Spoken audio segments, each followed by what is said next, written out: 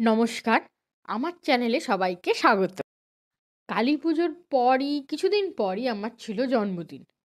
আর আমার মা সবার জন্মদিনেই যে পায়েসটা করে, তার জন্য মা প্রচুর প্রশংসাও পায়। তাই আজ মায়ের হাতের ওই পায়েসটা আপনাদের সাথে শেয়ার করছি। এই পায়েসটা যেমন তাড়াতাড়ি হয়, আর তেমন খুব সুস্বাদু খেতে হয়। প্রথমে আমি ১ লিটার দুধ নিয়ে আমি এটাকে ফোটাতে প্রথমে জাল দিয়ে দিতে হবে, যেমন দুধ ফোটায়। প্রথমটা ফুটিয়ে তারপরে একটু মানে দুধটাকে মাড়তে হবে। একটু কমবে।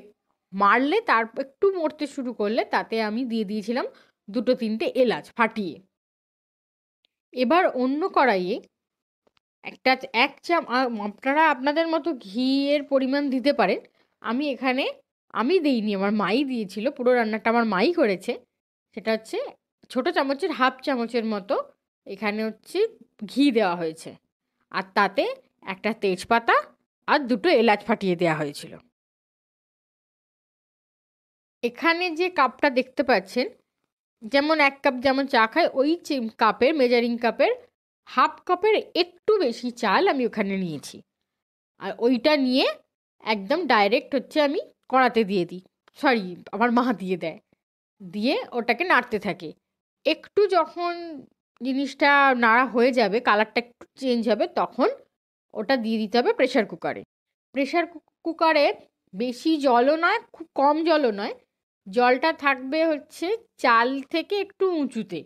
যেমন ভিডিওতে দেখতে পাচ্ছেন সেরকমই মেজারমেন্টে রাখবেন। নাহলে বেশি হলে আবার বেশি সেদ্ধ হয়ে যাবে, আর কম থাকলে আবার নিচে লেগে যেতে পারে। তখন আর পায়েসটা ভালো লাগবে না।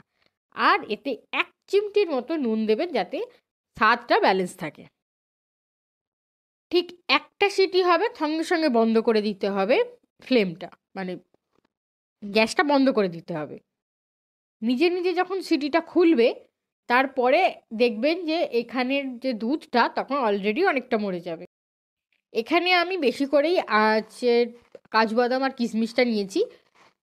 আমি যেহেতু নিজে পছন্দ করি, তাই আমার জন্মদিনে আমার মাই বলল যে তুই কতটা নিবি নে, তাই বেশি বেশি করেই দিয়েছি আমি। আর এটা দিয়ে প্রথমে এটা দিয়ে দিতে হবে। গায়েতে যে বলতে পারে যারা চাঁচি খায়, চাঁচি তুলে তুলে খায়, যেমন দুধের যেটায় দুধ জাল দেয় আর কি, সেটার গায়ে তো একটা সরের যে লেয়ারগুলো পড়ে যায়, ওগুলোকে আলতো আলতো করে তুলে দিতে, যত চেঁচে চেঁচে ওটা দিতে পারবে তত ভালো। আর ওটা ঠিক মরা মরা একটা গন্ধও ছাড়বে, আর খুব মিষ্টি লাগবে।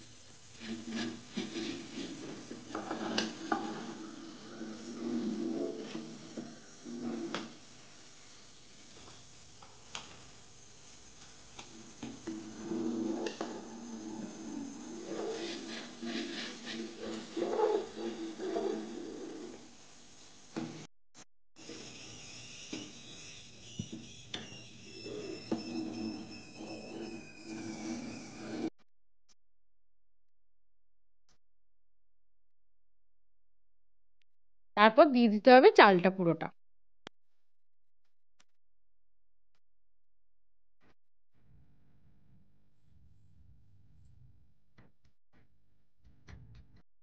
চালটা অলরেডি যেহেতু সেদ্ধ, তাই প্রচুর ফোটানোর দরকার পড়বে না।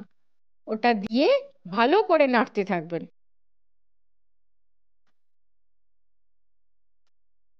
এতে ১ চামচ খোয়া ক্ষীর দিয়েছিল।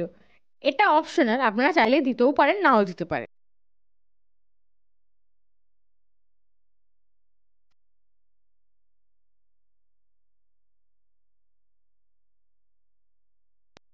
পায়েসটা যখন দেখবেন এরকম টাইপের হয়ে গেছে, তখন আমি যেই মেজারিং কাপেতে করে যেমনটা হচ্ছে চাল নিয়েছিলাম, ঠিক সেই মাপের চিনি দিয়ে ওটাকে গুলতে থাকতে হবে।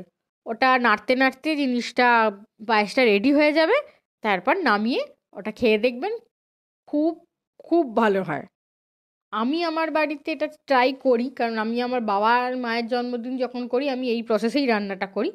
মানে পায়েসটা রেডি করি, আর খুব তাড়াতাড়ি রান্নাটা মানে কমপ্লিট হয়ে যায় পায়েসটা। তারপর আদার্স রান্নাও থাকে, তাই এটার পিছনে প্রচুর টাইম দিতে হয় না। আর আমার বাড়িতে আমার মাই হচ্ছে আমাদের সবাইরই জন্মদিনেতে, যেদিন জন্মদিন সেদিন যেহেতু পুজো দেয়, তাই সেদিন পুরো নিরামিষ হয়। তাই সেদিন ভাত, তরকারি, ভাজা এগুলো সব করে পায়েস, চাটনি এগুলো দিয়ে দেয়। পরের দিন আরেকদিন হচ্ছে মাংস, মাছ এইসব হয়। আর তাই জন্য আমি সেরকম কিছু খেতে চাইনি। আমি যদি অনেক কিছু খেতে চাইতাম তাহলে অনেক কিছু রান্না হতো। আর এগুলো মায়ের ডিপার্টমেন্ট থাকে। আমার জন্মদিনে আমি কোনো রান্না করি না। দাদার জন্মদিন বা আমার মা বাবার জন্মদিনে আমিই পুরোটা রান্না করি। আর দাদার জন্মদিনে আমিও করি, মাও করে, দুটো মিলিয়ে মিশিয়ে হয়।